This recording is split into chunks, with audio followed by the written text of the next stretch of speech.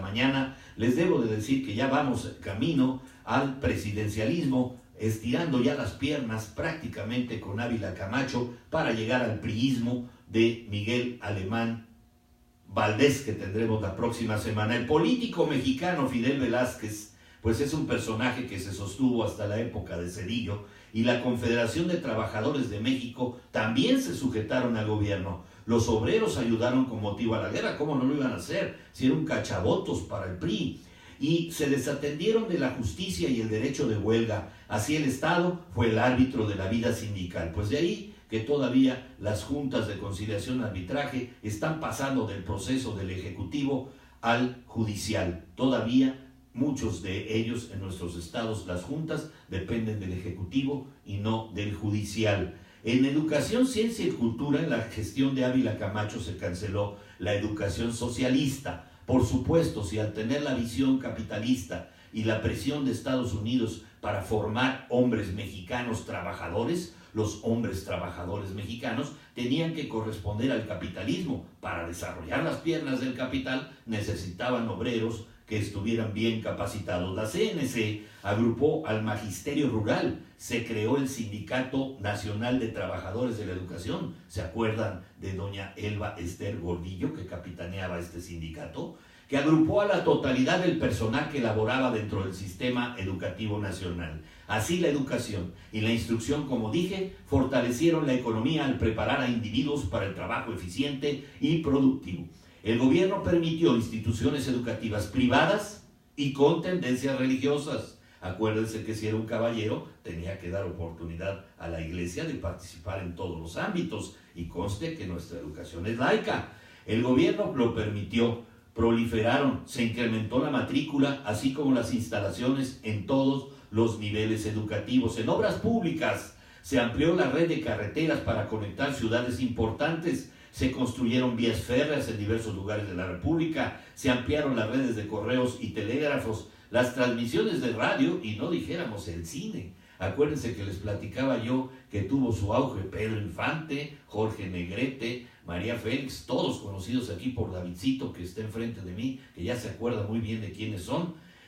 También se edificaron obras de riego como presas, canales de riego. Una de las principales empresas a cargo era Techo Eterno Eureka.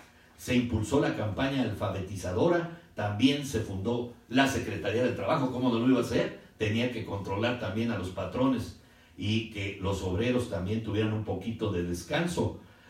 Política externa, ya les había yo dicho que Estados Unidos le volvió a hacer ojitos a México, que se quedaron atrás esos pleitos por la expropiación petrolera de Lázaro Cárdenas. Eran esencialmente de orden económico, la compensación a las compañías petroleras. Por supuesto, después del 38, pues nos quedamos, si no en la ruina, sí muy lastimaditos antes de que se fuera Lázaro Cárdenas. El pago de la deuda externa y ferrocarrilera, el gobierno ajustó la economía y así tuvo estrecha cooperación con el vecino del norte, este vecino incómodo que no nos podemos quitar, y menos ahora con este señor Trump, que ha amenazado en mandar al ejército norteamericano a la frontera para que se impida el paso de los inmigrantes. Este apoyo continuó.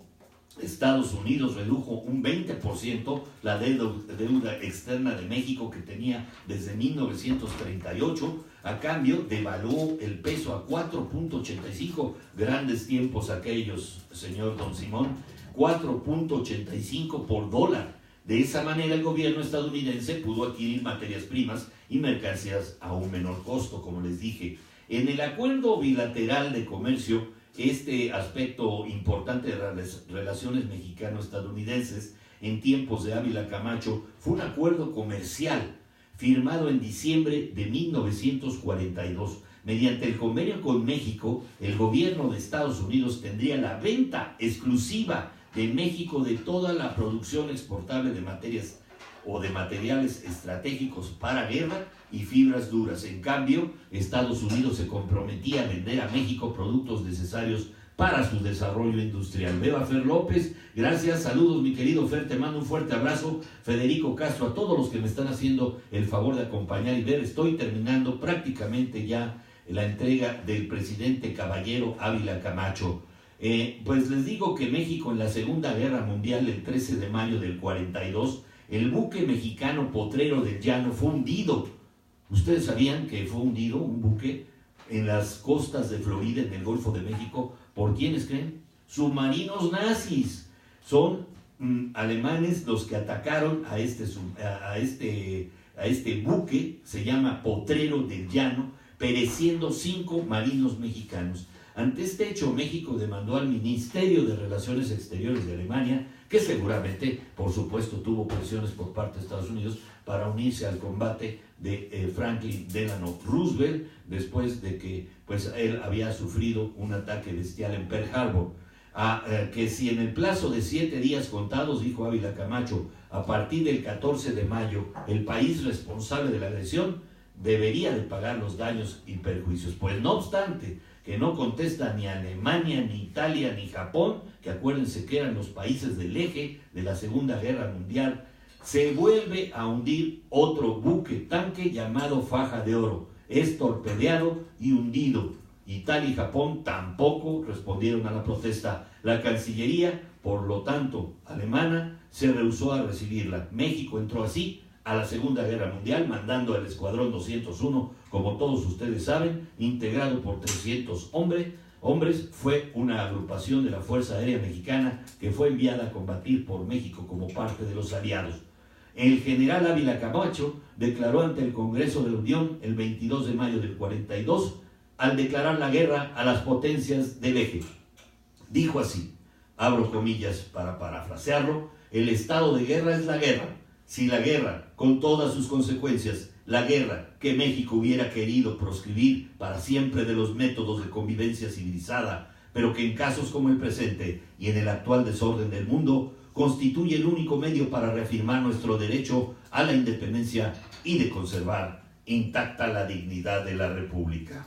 Ahí tienen, ya les conté del atentado que también el 10 de abril de 1944 tuvo por parte de un teniente de artillería. Ávila Camacho fue embestido con un arma de calibre 45, pero el presidente Caballero también traía su chaleco antibalas. Se abalanzó sobre el agresor y resultó ileso. No obstante, Ávila Camacho le preguntó a De la Lama qué le pasaba y dijo, en este país no hay libertad ni justicia. No nos dejan a los militares entrar uniformados a las iglesias ni a las logias. Ahí lo tienen. También tenía sus rivales, Ávila Camacho. No todos estaban de acuerdo con él. Después de la presidencia, ya para terminar mi entrega, una vez terminado su sexenio, Ávila Camacho se retiró de la política y se fue a vivir a su rancho La Herradura. Como saben, es ahora parte de este municipio del Estado de México, pues que ya tiene un desarrollo pues civilizador después de esta época que era un privilegio para este hombre tener nada más un jardín de 5,000 metros, nada más el jardín. Imagínense ustedes la casa, qué tamaño tendría. Ahora pues es un fraccionamiento, La Herradura. Una vez ahí, él y su esposa se dedicaron a una intensa vida social. ¿Quiénes creen que iban a visitar a Ávila Camacho? No era de gratis. Si este hombre dio trabajo y permitió que su hermano Maximino Ávila Camacho metiera pues pingües ganancias para él y para su familia a través del cine norteamericano y del cine mexicano en Jauja. A esa residencia llegaron Rita Hayworth, Emmy Ludwig, Carlos Chávez, José Clemente Orozco, Manuel Suárez y Suárez, Juan Rulfo, Dolores del Río, Carlos Pellicer, Eleanor Roosevelt, Harry S. Truman, los príncipes Felipe de Edimburgo y Bernardo de Holanda, los duques de Windsor, Fulgencio Batista, Orson Welles, entre otros.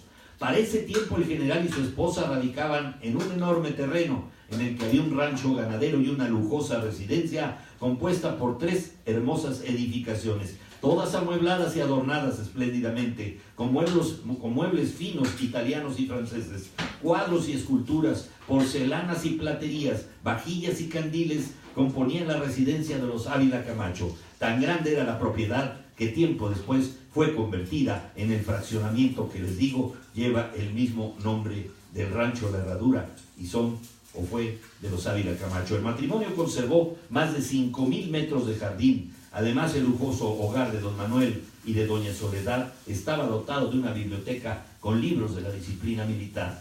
Ávila Camacho, también llamado presidente Caballero, se caracterizó por haber hecho uso de la estructura corporativa del PRI para menguar los problemas sociopolíticos durante una época conflictiva, no logrando su total solución. Falleció en su rancho el 13 de octubre de 1955. Sus restos reposaban en el rancho La Herradura, ubicado en Huixquilucan, Estado de México. Ahora reposan junto con los de su esposa en el Panteón Francés de la Ciudad de México. Saludo a todos mis amigos, me despido como siempre agradeciendo el favor de su atención, su compañía y sobre todo su confianza. Ustedes lo saben, nos vemos mañana en Personas y Bienes y Personas. Espero que haya sido ilustrativo este pasaje de la vida presidencial de México entre los años 1940 a 1946.